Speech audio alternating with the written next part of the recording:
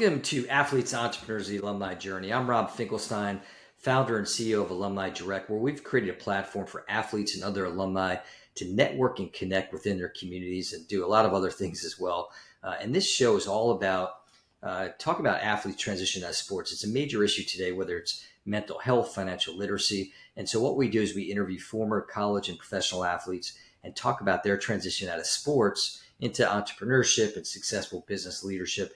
And it's all about teaching aspiring athletes that there is life after sports. And so excited today to have Sierra Hendrix-Williams on with us. How you doing, Sierra? Doing well, man. It's been a good week so far. So Oh, just that's trying to great. keep. And one thing, of course, I'll just jump to the. Sierra, he was a runner. He is a runner. He ran track at Michigan. So hit him up beforehand. A little excited about a little national championship there. Yeah, man. The leaders and best for real. You Yeah, know, there when you you got go. So once he got out of school, he is a professional runner. So I'm excited about that. We've had, I think you're the first professional runner I've had. I too, I think we probably talked about it offline last time. I was a cross country and track runner in high school and a little bit in college as well. So I always like these. It just shows you that there are other sports. But we're going to talk about that. And then ultimately, he's still doing that, but he's in the mental health space. He has a company called Great Start Mental Wellness Training, does coaching with athletes in high school and other areas. So definitely looking forward to hearing about that. So Sierra, we always talk about growing up playing sports. Tell me how that shaped you leading up into college. man, I think the biggest thing with sports was it gave me a foundation of really when you go to college is you're gonna have your day job. It's almost like having a second job. Right. And then having sports throughout school, throughout elementary, throughout middle school, high school was like just preparation for that in terms of just I'll go to school and it's all right, cool. Now you're going straight to practice. You got to figure out, make sure you're eating, make sure you're getting your time management well. Um, and I think that really set me up well for when I got to college. Is like now we're in overdrive, and now you've got people. It's a little bit the stakes are a little bit higher, so it was easier to kind of transition into that space and be ready for all of that. Yeah. And then now, did you play other sports besides running? Yeah, I actually started I started with soccer when I was a kid. And then I transitioned into football and track once I got to middle school and high school. Uh, yeah. So did you dream of being a professional athlete? From I would say since day one. So that was like I started track in the first grade. And I had I had some cousins and stuff that had played professional football, and it was always dope to look up to them and like, man, they're on TV and they're doing it, and so it's like, all right, cool. I want to do that as well and be figure out what it is for me. So that was definitely a driving factor, just of like, all right, cool. I've got a goal beyond where I'm at right now. You know. Yeah, and I'll tell you, I always joke around. I wanted to be a Major League Baseball player. Unfortunately, the talent wasn't there, so now I do podcasts. You got so a time for that now, huh?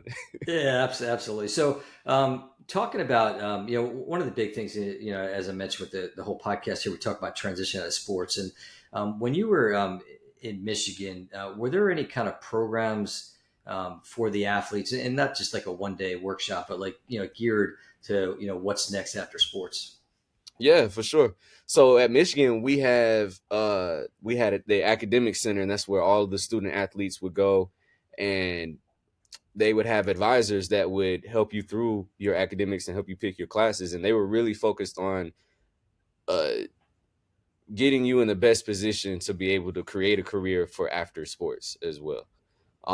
So that was, figuring out what were your interests, figuring out what are some of the things that you're really passionate about, what are you good at, and then kind of guiding you to get to that. So now you're taking classes that, say for someone, um, for my position, I was at the time really interested in figuring out how to help student athletes with mental health, because that was, something in my background that I had dealt with. And I think that they did a really good job of being able to guide me forward and being able to say, hey, you should probably take these classes. And then this is what it's going to look like as far as, you know, postgraduate. Um, you know, you're gonna need this postgraduate degree, and then once we got into that, I think that was really good just to have that direction, you know, or at least to have that support and having that direction. Okay, cool. Yeah, and were there other things too, as far as other aspects of, like getting into, let's say, financial literacy and other areas, things like that, or is it more kind of like career based? I would definitely say it's more career based. Um, I think that they probably did have some one-off workshops for finances and whatnot. That was stuff I at the time just never really got involved with. But I was really more involved on just kind of trying to build the career side out. Gotcha. So, gonna switch gears here and talk a little bit. We're going to talk a little about NIL, name, image, likeness, and it's going to be interesting to get your take because you're in that world now, Mm. and just it probably started when you were in college, right? Still, I mean, did So I just had missed out. So the uh, year that I graduated was right before they started the NIL deals and all that. okay, Yeah. So it was I was I kind of it was funny. I was still getting the emails about, hey, we're doing a workshop on how, you know, for NIL, you know, they were sending it out to the student athletes. So um unfortunate, I'll say, but I'm glad. I think that they were getting a lot of support in how to manage that world, because that's a big game changer for athletes now to be able to. I think it's giving them a little bit more agency in their position. You know, they get the scholarships, but you know, there's a bucket load of money that is they're missing out on that really just goes straight to the universities and to the divisions and whatnot, which is, you know, that's how it's been for years, but now transitioning into giving empowering the athletes, because that's really what I feel like it should be all about. right. And it's interesting too. Like I have another podcast that I do. It's called NIL, the number four, the letter U, so NIL for you. Mm. And one of the things that we're noticing trending now is that it's not just football and basketball getting the NIL deals. It's been interesting. I don't remember. I'm not remember what school it was now, but there was a like a cross country runner, like both there's a male cross country runner, a female cross country runner. They got some NIL deals, and it seems like it's spreading out to the other sports as well. Yeah, I think that as the relationships between companies and athletes starts to continue to grow, there'll just be more opportunities that open themselves up across the really the diverse pool of sports and athletes that there are out there. Yeah, definitely. So I guess give me your thoughts. I mean, you kind of shared a little bit. Give me your thoughts, positive and negative of NIL. Positive, definitely just being able to, again, it's that empowering the athletes and allowing them to feel like they're, I think, more involved into, you know, in the success of either the program or even just, uh, I think setting them up for similar to professional athletes. So where now a professional athlete has an agent, they're getting endorsements and these kind of different things, but they're bringing that now to the NCAA level, which is great because I think a lot of those athletes deserve those endorsements because we're doing they we were doing great things, and those college athletes. I know it's an amateur sport, but at the same time, for a lot of those sports, that is the highest level, you know, and is you're playing at the highest level, and especially for track and field, a lot of your top athletes in the country are going to be at the collegiate level, you know. um so it's I think it's good, but there are some negatives. We're starting to see that now with some more of the high school, where it's just kind of there's not I don't think that there's been as much financial support with that. I'm sure that there some colleges are starting to create more programs around that. I would hope, but it's definitely, I would say it's kind of leading to more of, you know, they say that the money kind of changes the way that you think, the way that you act, Right. and when you got young impressionable kids, you know, getting access, and I wouldn't even say the access to the money, but more of just the temptations that uh that are offered with the money. So it might not be. I would be curious to see how it continues to go, and just making sure that kids are making sure that they're taking the right opportunity and not just trying to follow the money. Because there's still going to be, once you graduate, you're still gonna. We want to make sure that you at a university that fit for you and you got a degree that fit for you as well. Yeah, no, for sure. And you're right. It's interesting is that you don't want to just, pick the school based on, okay, I'm going to get this NIL deal. Cause ultimately, you've got a long career and everything ahead of you. Yeah, I think the biggest thing that I talk about is probably kind of alluded to is lack of education. And there just needs to be more education, especially like on the financial literacy side, like just knowing that, hey, you got to pay taxes, and hmm, you have to, you're building this company, whether setting up an LLC and all that. So there's a lot of things that these athletes, aren't taught, and that's where I think people need to come help out. So let's talk about networking, connecting, yeah, and it's so important, and I want to get your feeling on it, especially while you're still in sports. yeah. I mean, I think that's big because it's they say it's about who you know. And that really couldn't be further from or couldn't be closer to the truth, right? It's just I really saw it once I got out of college. I think that it's one of those things where it's like, all right, cool, you want to meet new people, but when you're in college, you're in a space where you're going to meet all these diverse people and all these people from different areas. And when you leave, everybody's going to go back to all of these diverse spaces and areas. So now it's being able to say, hey, for instance, you talk about the financial piece. Um, I'm I'm an athlete and I need some help with my finances. I'm getting some deals and stuff coming through. Let me call up such and such who had a finance degree, and now I'm able to consult him and talk with him. He's able to help me through. And I think it's really just about having those relationships where you can be a mutual benefit to those around you. Um, I think that's probably the biggest thing that comes out of the networking is just being able to having that community, honestly, of people around you that can help you. And you're not going to be an expert in everything, but you can have many people that are an expert in those things that you're not as well versed in. Yeah, no, and that's great advice, and I think people, I think you can start even as early as high school. And it was interesting. I was talking to a group the other day, and we were talking about networking, connecting. They said they've never been. They're like freshman, sophomore in college now, and that Mhm. they haven't been taught about networking, connecting, whether it was like in high school or even the college. Starting college, it's important because, like you said, you're going to build these relationships. I always talk about that was, there's an agent one time I was saying, talking to him, and he said the best time to network and connect for athletes is when they're still playing, when they're relevant. And I Yeah, think what happens is, especially maybe some of the other ones that might have more success, is that they go on professionally and they kind of got the blinders on to just everything else, and then all of a sudden their career is over, unfortunately, mhm. and then they didn't take the time to do that. So it's real important.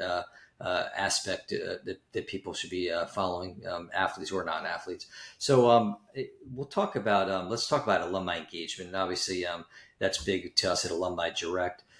When you were at Michigan, were was the school encouraging alumni athletes across all sports to come back, and not just for the golf tournaments and things like that, but more to like work with the athletes and mentor them?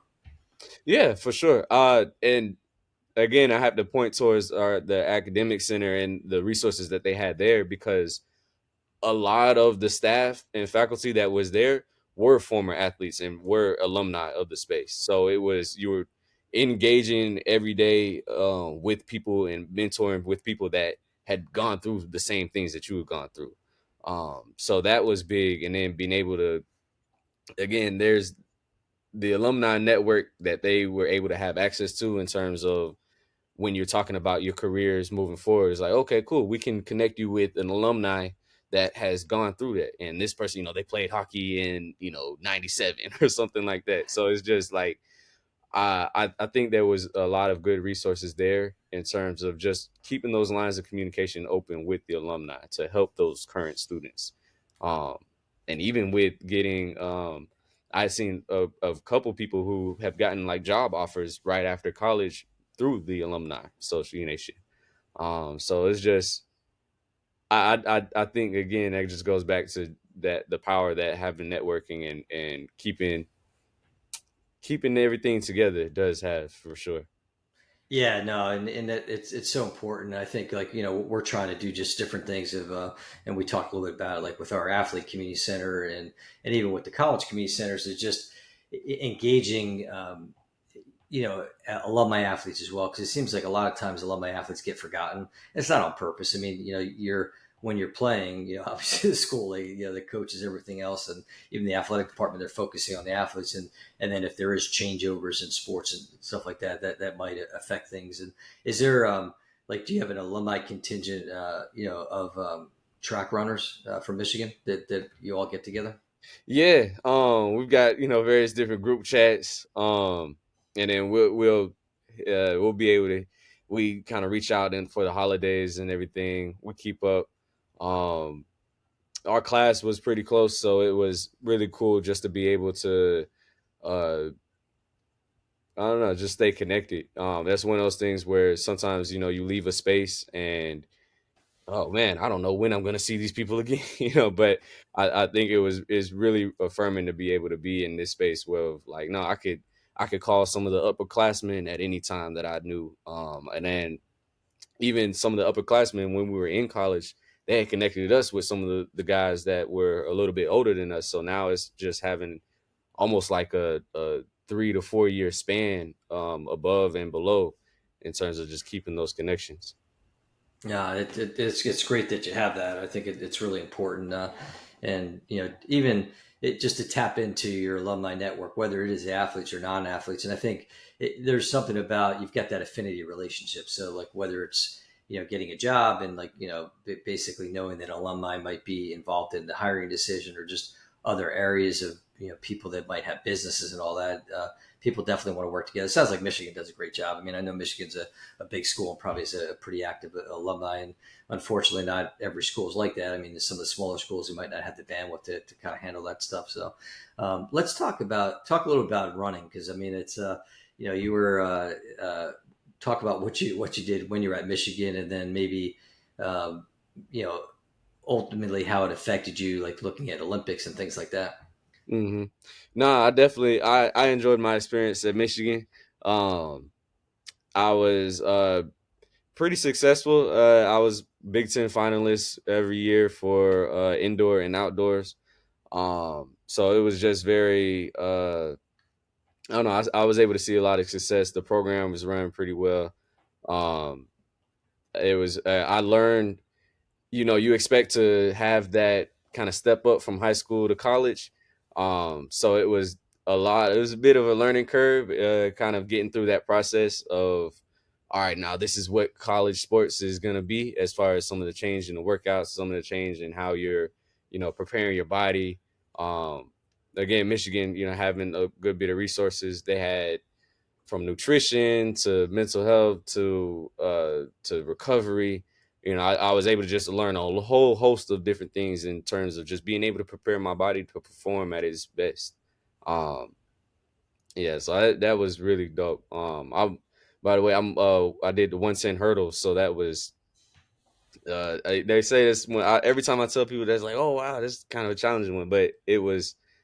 I think being at Michigan, I was able to kind of fine tune a lot of my a lot of technique, a lot of really just fine tune being a whole athlete, and that's really what's led me into where I'm now, able to create my create my environment and create my programming to be able to benefit me as moving forward as a professional athlete.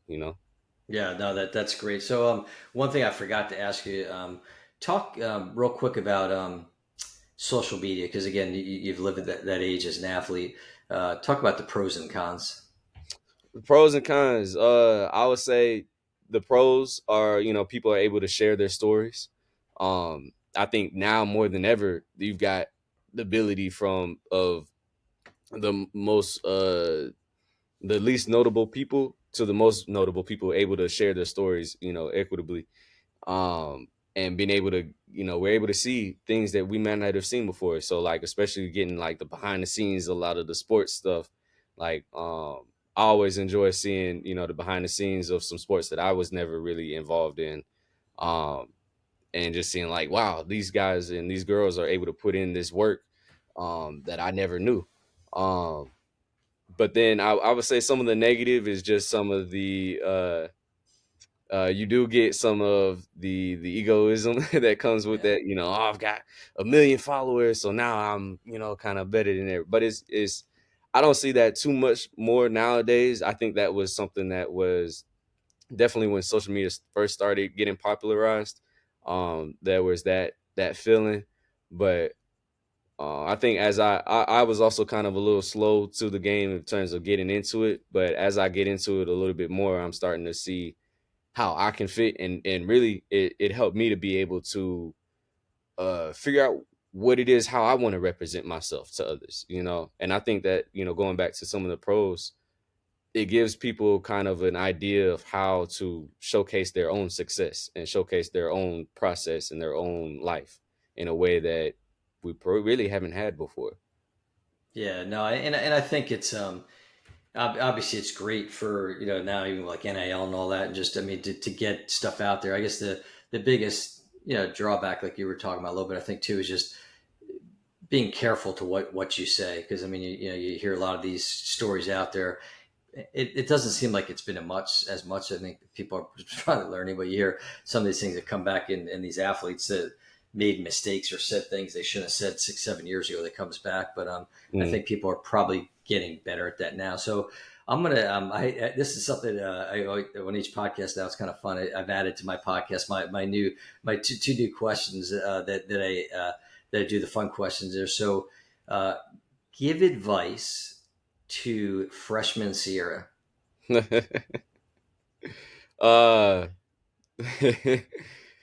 Take your time. It's gonna be a process, man. You're not gonna get everything day one. So just enjoy where you're at in that space right there. Um, I think I was really looking forward to like, oh, I want to see a lot of success early, and I want to, do all this, but not really enjoying being in that space and in that environment. And taking it moment by moment as opposed to really kind of forward looking. Which to a certain extent you have to, you're setting goals, you're looking forward to where you want to get to. Um, but at the same time, I think really enjoying that college experience of, being with a bunch of people your age, and being in that space of, you're running with other talented folks. So it's I think just if I could have taken that a little bit more and soaked that in a little bit more, um, I might have would have had a little bit better time. There you go. That's good. I like that answer. That's definitely one of my better answers I've gotten so far. So now let's forward to give advice to senior Sierra. Senior year, okay. Uh, yeah, you're graduating, you're transitioning, but you don't have to have everything figured out. It's not the end of the world if you're still trying to uh put things together. And I think that at the time it was kind of a little bit of stress, with of what, and especially we had COVID out my senior year as well. So it was just really like, all right, what's next? And that was, I think that was when I actually took I had taken some time off because COVID had hit right at our senior, in our my senior season. So that kind of forced me to get to a space of exploring Sierra outside of my sport, and that was again where I was like, all right, well, what's next? That wasn't the space that I needed to be able to have a full listed out plan of, what everything is going to look like. So I think just give myself more grace. But I found my way. That's great. So let's talk about the transition out of sports, like we talked about in the beginning. I mean, it's such a tough thing. It can be a tough thing for a lot of people, and we'll get more in depth into it. But was there a transition for you after years? Well, you're still running now, so it's not you're in it. But was there the transition from college to being a professional athlete? Was there did you see issues with that at all? Um, yeah, and I with COVID, so I took about a year off between college and going back and training, and it really forced me to have to figure out who I was outside of being an athlete. And that's where that transition piece I think can hit pretty tough for a lot of athletes that are transitioning, because for the longest time it's been, all right, I'm a football player, or I'm a track and field athlete, or I'm a hockey player, or I'm a soccer player. And that becomes so wrapped up in our identity that we kind of forget, or we kind of lose sight of what it is that we are outside of that. And the unfortunate reality with sports is you can't do sports your entire life. Right. Um, so it's how now you're faced with, I have the rest of my life to figure out what I'm also passionate about.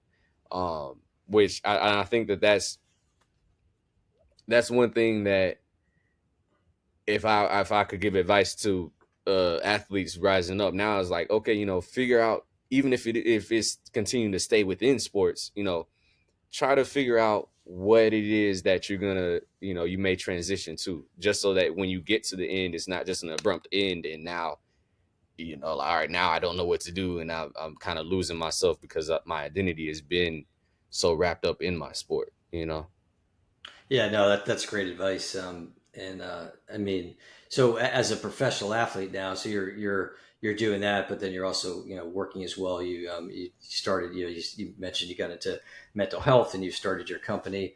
Yeah. Um, is it hard juggling the two of those of being a professional athlete and then also having a business or? uh yes and no. Yeah, because it kind of feels like I have one foot in, one foot out type of deal.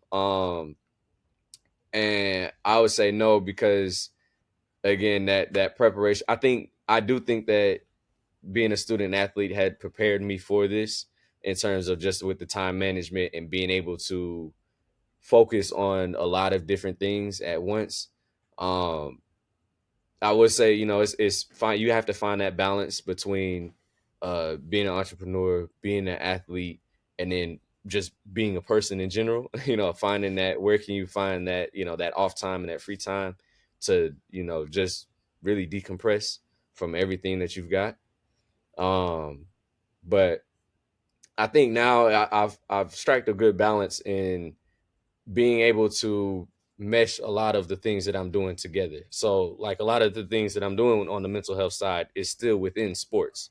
So it's not like I'm going from the track to a completely different realm of life. I'm still taking a lot of the things and a lot of the lessons that I've gotten through track and putting that into the mental health side as well.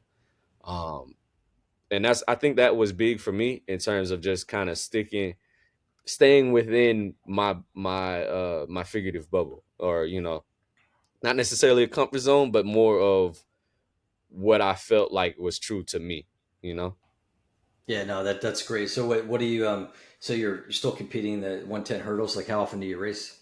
Yeah. So right now I'm in indoor season. I just had my first opener this past Sunday. So I'll be racing about every other week now. Um, and then indoor season ends around February, and we'll get into outdoor season, starting on the full 110s around, I would say, probably about April, May. Um, and then with Olympic year this year, that goes to August. So really excited about opportunities to go and compete for the country, for real. I was going to ask you that. So even though you're professional, you could still compete in the Olympics. Yeah, Well, I guess yeah. I mean, yeah, now to say that, I mean, obviously that's kind of stupid because I just thought about like all these basketball players that have played. So yeah, that's for sure. But I mean, it is a different. You're competing for, it goes from competing for yourself to competing for your country. So there's the distinction between that, and it's just, I don't know. I think I'm just grateful to be able to have the opportunity to even say like, yeah, I'm actively training to do that and making my way towards that goal. So yeah, I feel really good about it though. When now the Olympics are this summer or is it next summer? They're this summer, and then the U.S. trials are in June. And then the Olympics are right after that. Yep, yep. You got about another month or two to continue training and get ready for it. You got a shot at it? You psyched up? Yeah, I'm very psyched up, man. I'm ready to go. This is like when we talk about looking at the background and growing up, this is like dream come true. Like being a professional athlete and going to be able to having the opportunities to compete at the highest stage for my sport. I couldn't ask for anything less than that, man. You Now, know, do you do both individual and relay too, or? nah, I just do individual right now. I leave the relays to some of the other guys, you know. There you go. Good luck with all that. So let's talk about a great start mental wellness training. I say it's kind of like the corporate commercial time, but talk about some of the things you're doing there and maybe how it pertains to like athletes transitioning out of sports. For sure. Great Start Mental Wellness Training. We're providing mental health literacy to youth athletes.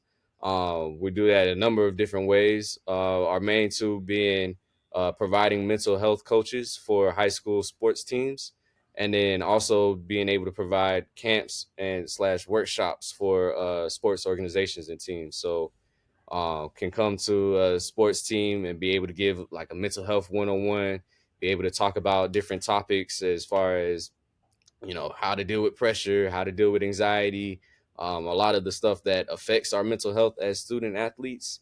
Um, I think that's is big to do a lot of the preventative work because when we get to the college scene, you're seeing you're seeing a lot of folks dealing with mental health issues that I feel like we could have prepared them better at an earlier age to deal with. So that's really why I like working with the youth. And especially when we talk about the transition from sports, working with youth in high school sports, you're gonna get a much wider net because, as we know, there's a small group of people that go on from high school to college, and then an even smaller group that go on from college to professional. But everybody's gonna, eventually not play a sport anymore. So being able to I think using sport as a way to introduce mental health concepts has been a great way just to be able to reach a wide audience and give people those tools and everything that they need to be able to move forward in life. Now, is it just regionalized, or it's something that anybody could do nationally? Yeah, no, we can definitely. Right now, I'm based out of Atlanta, Georgia, but I'm working to expand the team to be able to do to have people come out, whether that's virtual or in person, to provide workshops. And even I have some talks with some schools now of like, okay, how can we provide a mental health college, or excuse me, a mental health coach that lives in your area that can come out and perform for you. So definitely looking to expand more than just in the Atlanta area. That's great. And so, how can people find you? Yeah, so they can find my contact information at sierrahw.com. That's SIERRAHW.com. And that'll have a full bio and links to different things there. And then they can find me on Instagram at SIERRAKHW, K as in Keenan. And that'll be my athlete page as well. That's great, and so we definitely encourage everybody. Got to reach out. We'll put that in the show notes as well, and you can find us at alumnidirect.com. And the show is on our Alumni Direct YouTube channel as well as across all the different podcast networks. And we encourage people to listen and watch the show. We have so many. We've had so many great athletes talking about their journey, like Sierra, and just it's so important that you're not alone out there. Definitely, people want to help, and it's the transition out of sports can be rough, but there's people there to help you out. So definitely tap into all that. And thanks again for another great show. Awesome. Thank you for having me. You're welcome.